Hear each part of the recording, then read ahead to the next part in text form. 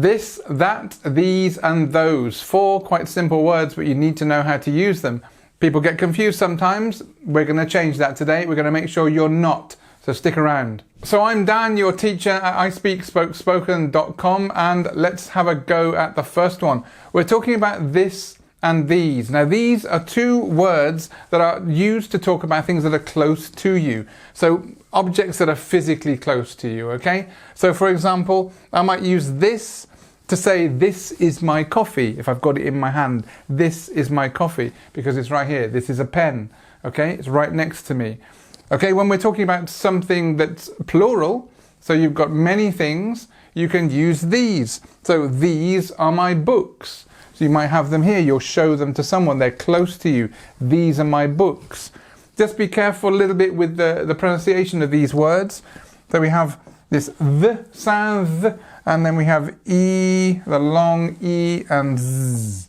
So these, and this is the difference between z and s. So try it. So let's have a look at this. So here we go. This is the same as this. So that we have that, and we have a shorter I sound, and then we have the s sound, okay? So this with a short I and the s, and then we have these with a longer e and the z. All right, remember it. Okay, number 2, that and those. Now, these words are used for things that are further away or farther away from the speaker. Now, what we will use, for example, for singular objects is that. So you can point and something away from you. And again, those for plural objects, which is further away from you. So let's have a look at some examples. That is the library. You'll be pointing at another place. That is the library. It's away from you and the person you're having a conversation with. You can say, those are the mountains. Again, you're pointing further away from you. It's something in the distance, something maybe over the road. Depends what situation you're in. So when you're talking about something that's singular, it's that. And remember, before, when it's close to you, we say this. And when you're talking about something plural, further away from you, you will say those. But actually remember, when it's closer to you, you'll say these. Okay?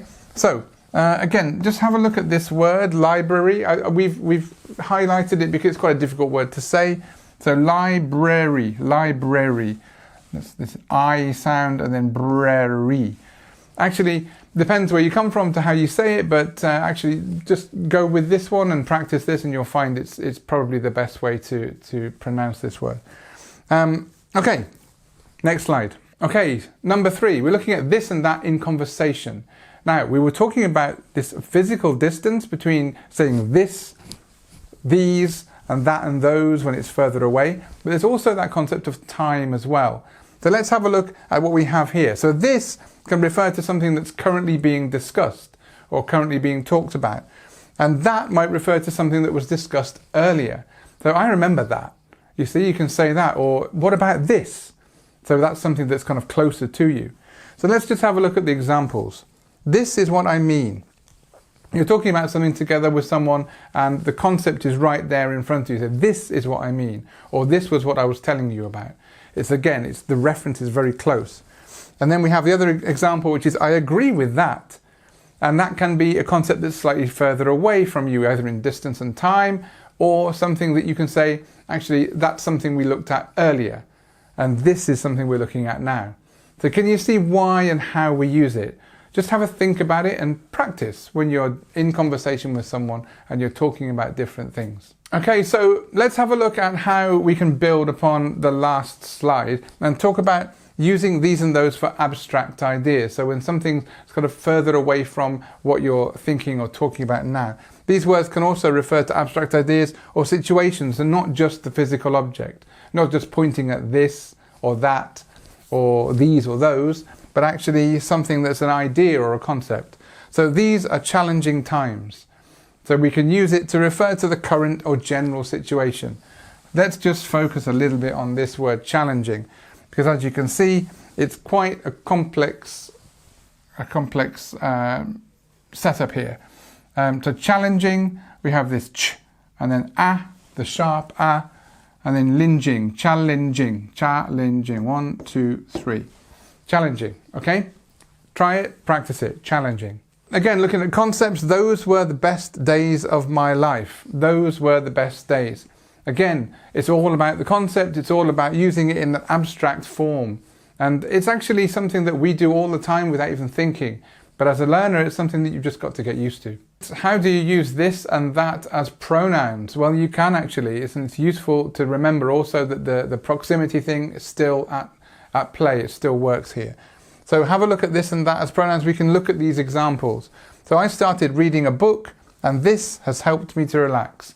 This replacing the book. Okay, so this part here is talking about the book. We can say that. So this replaces reading a book, for example. Again, this is something that's kind of similar and closer to you. Now, I went to the cinema yesterday, and that was really exciting.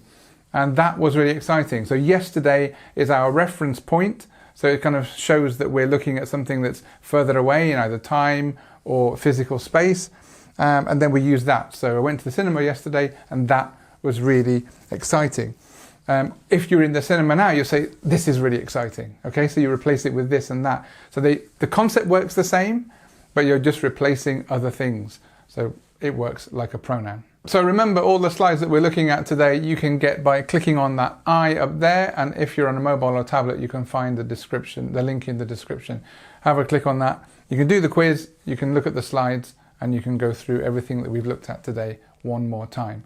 So let's have a look at emphasizing with that and those. Now, what's interesting about this is that we don't use this and these, and why don't we? Well, it's because usually when we emphasize something, we're talking about something that's in the past, unless we're saying this. So let's just bear with me and I'll explain.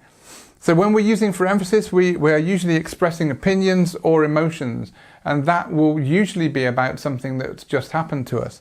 So that was an amazing performance. So you've just seen something great, you've just been to the theatre, you've just been to the cinema, for example, and you can say that was an amazing performance. So the key was here, that was. So we have this kind of past form, that was. Again, that distance is purely time because it was before. Okay, emphasizing the quality of the performance. Those cookies you made were delicious, right? Those were. Just make that link so you understand that actually that's because of a past form. So those were. You could say these cookies are great, but again, it's very similar to what we were looking at before, and it's not really so different from just saying this is my coffee and these are my books. You see what I mean?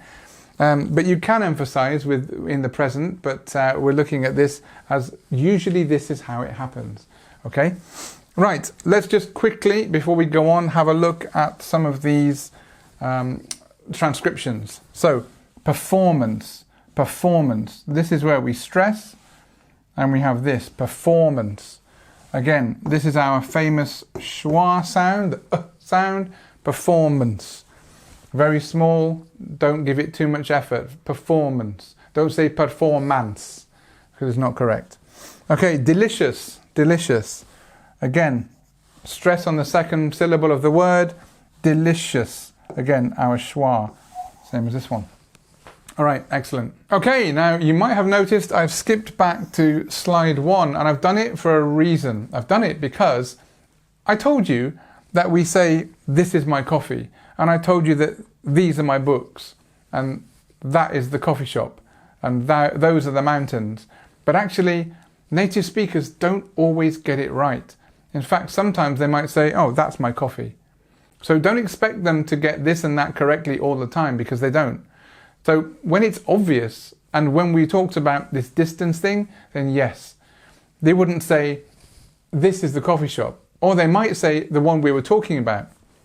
So just make sure that you're aware that in native speaking situations, there may be mistakes. People make mistakes. So they might say, oh, this is my coffee. Or they might say, oh, that's my coffee. Yeah, you see, the nuance is small, and it's actually quite difficult to work out what somebody might say. But nobody ever notices when you get it wrong. That's the good thing. That if you do get it wrong, and you say that instead of this, no English speaking person is going to say, it's not that, it's this. No English person is going to say that. So don't worry about it. Practice, know the rules, but break them gracefully. That's what we say. Okay, right. If you want to take the test, then you can click on this video here or this link here. Take the test and go through and have a look and see what your level is. Now, when you take the level test, you'll go through a series of questions and you'll get your grade or you'll get your level at the end. You'll be able to find out exactly what your level is. And then you can find and work on different things accordingly. Okay, so thank you for watching. This has been ISpeakSpokeSpoken. My name's Dan and I'll see you next time.